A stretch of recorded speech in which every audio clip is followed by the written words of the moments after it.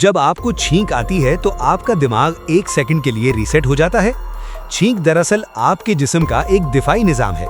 जब नाक के अंदर कोई मट्टी का जर्रा या जरासीम चला जाए तो दिमाग इसे बाहर निकालने का हुक्म देता है।